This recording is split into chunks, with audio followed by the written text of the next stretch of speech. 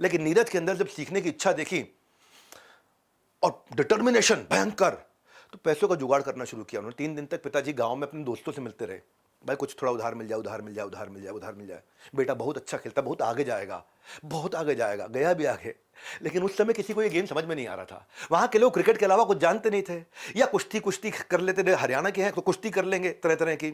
अब भाले पे बल्ला भारी पड़ रहा था, भाई बल्ला दिला दो, भाला रहने दो। लेकिन जब कुछ नहीं हुआ तो पिता ने अपनी साइकिल बेच दी। जेब के आगे जुनून को हारने नहीं दिया, जुनून को जिताया, जेब को हराया।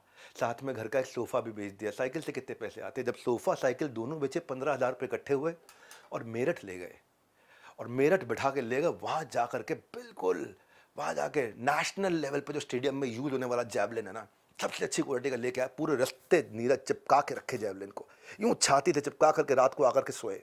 सुबह उठते ही स्टेडियम पहुंच के दोपहर तक थ्रो पे थ्रो, थ्रो पे थ्रो, ना खाना ना पीना ना कोई ब्रेक, ना थ्रो पे थ्रो, थ्रो पे थ्रो। उनकी उम्र के औसत बच्चे जो होते थे वो हफ्ते में 3 दिन प्रैक्टिस पे आते थे, या तो मंडे वेडनेसडे फ्राइडे या ट्यूसडे थर्सडे सैटरडे, और 2 घंटा प्रैक्टिस करते थे। यानी कि टोटल हफ्ते में 6 घंटा, और नीरज एक ही दिन में 6 घंटा करते थे। इनका एक ही 3 ही काम थे टोटल, एक तो नहीं बोलूंगा, 3 काम थे। School javelin rest, school javelin rest, school javelin rest, school javelin rest, सुबह स्कूल, दिन भर जैवलिन, रात को रेस्ट।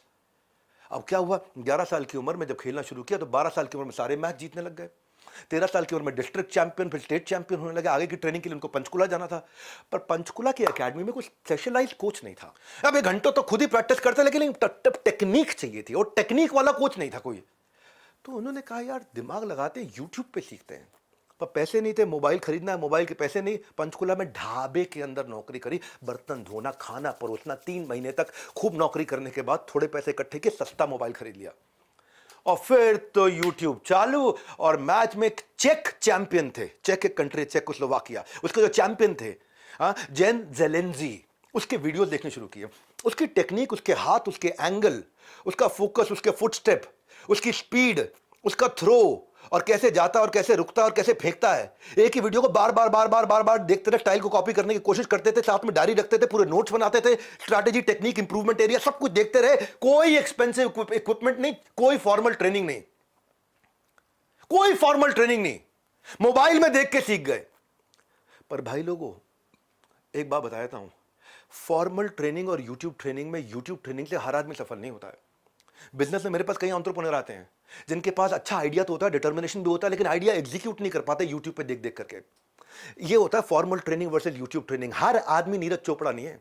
लीडरशिप फनल प्रोग्राम से हम एंटरप्रेन्योर्स को इंप्लीमेंटेबल स्ट्रैटेजी देता हूं, ताकि उनका विजनरी लीडरशिप स्किल कैसे बिल्ड हो जाए, प्रोडक्ट इनोवेशन कैसे आए, रेवेन्यू ग्रोथ स्ट्रैटेजी क्या है, 5 होती है revenue growth strategy, high performance team कैसे तैयार कर दूं मैं, मार्केटिंग में अपनी विजिबिलिटी बिना पैसा खर्च करे कैसे बढ़ा दूं, ग्लोबल एक्सपेंशन मेथोडोलॉजीज क्या है, प्रॉफिट मार्जिन को कैसे मैनेज किया जाए।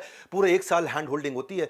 नीरज के पास फॉर्मल ट्रेनिंग नहीं थी, लेकिन आपके पास है, ताकि हर बिजनेस का, हर नीरज चोपड़ा, बिजनेस का नीरज चोपड़ा, उसके सपने तो पूरे हो जाएं। आगे चलते हैं, चौथी कहानी टोक्यो ओलंपिक्स की।